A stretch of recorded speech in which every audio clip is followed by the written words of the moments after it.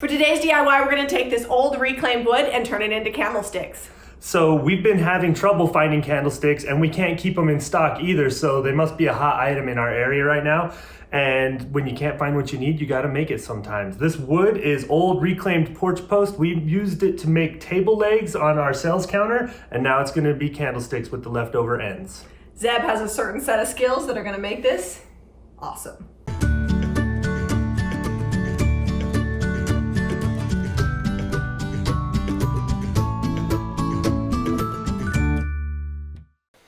So real quickly, I'm just going to find center here. So the reason I'm using the calipers, it makes it really easy to measure with this digital caliper.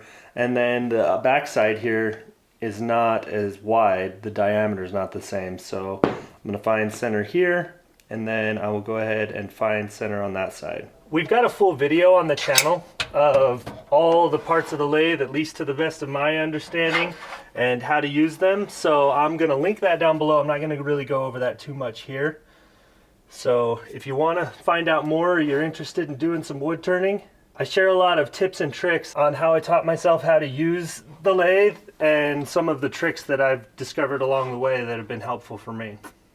A lot of times when I start out turning candlesticks or making a table leg or something like that, and I'm doing the wood turning, I have an idea for the style I want in mind, but I don't necessarily have a definite direction. I kind of let the wood take shape and see what works, see what I like, and usually it ends up being pretty good. Sometimes you got to scrap it and start over. Since this is old reclaimed wood, I'm going to be a little more cautious. I don't always get nice wood like this. The old wood is really awesome to turn. It's dried out, it's got a really nice tight grain pattern. Usually there's a lot less knots in it because the trees were a lot larger when they were cutting them down back then. So it's some of my favorite wood to turn.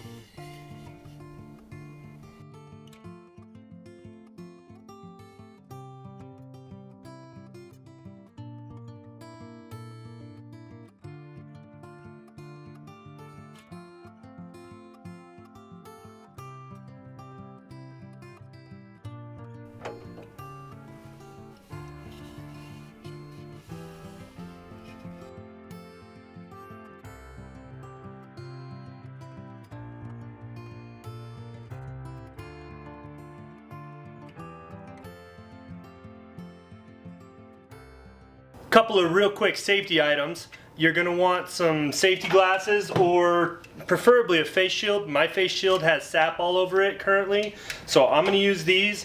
These wrap all the way around sides of my eyes and give me really good coverage and protection. You're going to want something for your ears, and I don't have a good dust collection system in here, so I'm also going to wear a respirator because this fine powdery dust that comes off when you're running the lathe and sanding is not very good for your lungs, so protect yourself.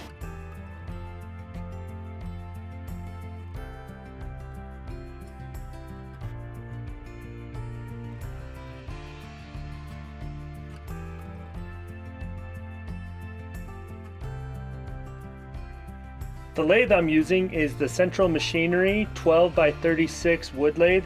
I get it at Harbor Freight. When I got mine, it was like $300. I think they're up to about $350 now.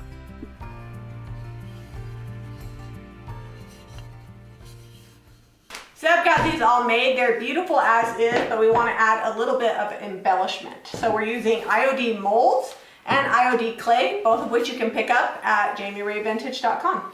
So we've got the Laurel stamp set from IOD and Classic Elements from IOD, and we're gonna kind of go with that and see what we can come up with.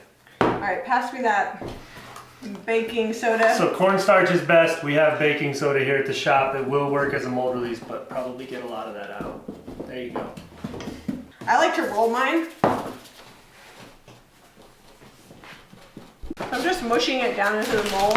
When you're not using the clay, make sure you've got it in a bag. It will dry out, and that is not what you want. This bead does not take very much. Neither does this bead here. I probably should have rolled this out a little skinnier. Having to give it like a little bit of a mohawk and then pushing the mohawk forward. That's the best way I can describe it. Once you've got what you want, then you can just kind of push at it and pull it off the sides. You can see I'm doing that because of the micro rim. It makes it very easy. Of course, Zeb's already done with this bee. My bee is so tiny. When you're pulling your molds out, place them down on a flat surface and use your finger to release the molds. Mine has a little bit of apothecary paint in it because apparently that was inside my mold. So paper clay in its nature will crack as it dries. If you want a more authentic look, paper clay is great because you are gonna get some cracking as it dries that you can fill later if it's too much. If you want absolutely no cracking, then I suggest using a casting resin, and it's pliable when you take it out and can be microwaved. It's just not as moldable, and it takes a little bit longer than the paper clay, and there is a slight bit of toxicity to it, so it's not as natural. Yeah. So there's just some differences between the two. If you have to make a bunch of stuff ahead of time and you're not worried about having to microwave it to make it pliable, I would say that resin is a good way to go. I really love the way the paper clay looks though. It kind of gives it that old aged effect, which we are always going for. And don't worry about your molds being perfect. The last project I did, I just kind of hammered those molds out and they looked horrible, but then I painted them and they looked amazing. Yeah. It's really forgiving. We're using Guerilla construction adhesive. This is the small tube. It comes in a big caulk gun style tube, but we're going to use this for now because it doesn't take a whole lot to hold these molds on, and it works really well. And we need to finish that tube up. Yep. All right, so I'm going to start gluing these on while Jami finishes making the molds. So I've got the little bee, just a little dab. It hasn't been sitting here very long. It's still very wet. So wood glue also works. We like the construction adhesive because it really sticks it on well. And we don't have to like tape it down. I hear good things about quick and thick. I'll make you another little bee. Okay. You want to put the vine on that one? Yep. Oh, angle the bee. Yeah. Okay. So we've got a little bit of time to work. It takes about 15 minutes for this glue to set up. But it's thick enough, it'll hold these right where we place them for the most part. Unless it's a really big piece of paper clay, then you gotta maybe hold it on with a piece of tape or something. Yeah. All right, so I'm just flattening this out and running that around. So we're going to be using old and gray on these, and I have no idea how that will be accepted on the molds, but we'll have to make sure that the molds are drier so that way we can rub it off. I mean, I don't know. What are you thinking? I think if we put it on with a brush, that we'll be able to get it in like we need it without taking off the detail of the molds. Because the molds take a while to dry and we don't have time to wait. We could use the heat gun a little bit. Yeah. The heat gun will crack the molds a little more than they would normally crack, but I'm okay with that.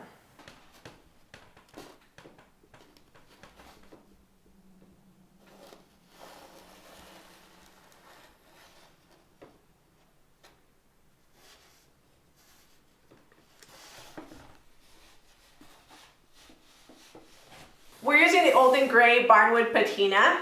It works on any raw wood, or you can put it over the top of paint. It's got a built-in sealer, which is great because then if you want to do something like this and you want to just put like a white wax over it, then you're good to go and it kind of gives you some variation.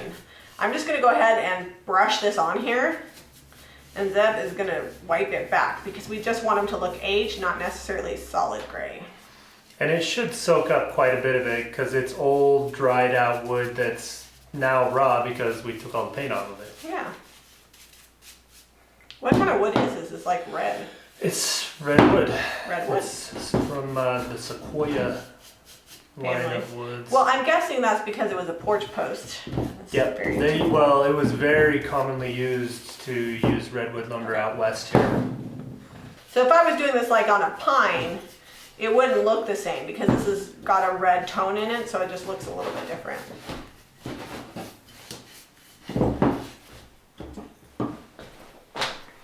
Show you the difference in the wood grain. You can see how distinct it is in this one, and this one here is a little more muted.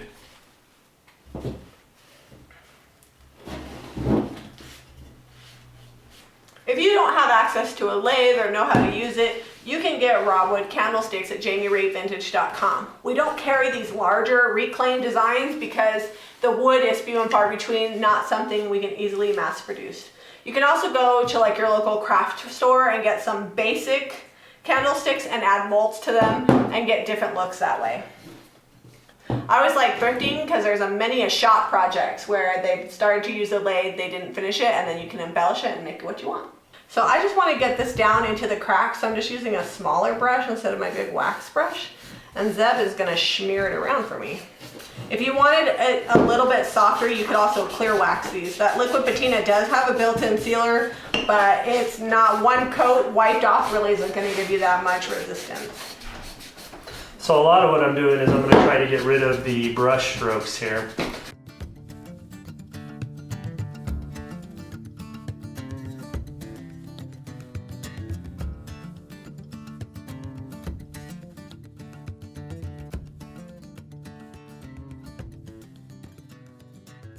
I'm pretty sure these turquoise iris brushes were not meant to be used this way, but sometimes you gotta get down into the details, and I will just wash this really good with the warm soapy water to pull all that wax off. But I don't know of any other way to get down into this bee. Because otherwise it has like a halo effect, see? Yeah. And this way I can get that wax down into those cracks.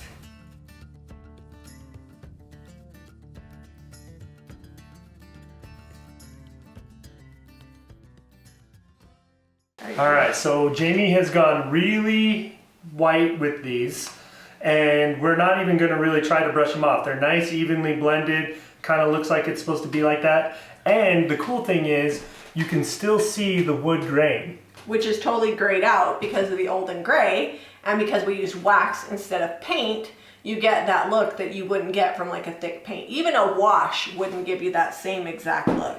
Yep. So I guess the trick is, which we had no idea when we got started, is to really just come in here and go around the edge with an artist brush, go across the top so it's nice and dark, and really not, because I just thought it looked weird with that like clay showing through. Yeah, it was white. We maybe should have painted them dark or something beforehand. Yeah, well, you live, you learn. They turned out good, so I'm not worried about it at all. Yep. So this is a quick, simple way to take some old salvage wood or some old candlesticks that you found or picked when you're out looking for things to sell in your shop or to put in your own home for decor. It gives you a really unique look that no one else is going to have in their home. If you're interested in blank candlesticks, you can buy them unfinished in the smaller sizes at JamiRayVintage.com. You can also find the old and gray, the white waxes, the mold, the clay, and the brushes. Be sure to share this video with your friends if they love DIY and salvage. Give us a thumbs up and subscribe to Jami Ray Vintage for more DIY.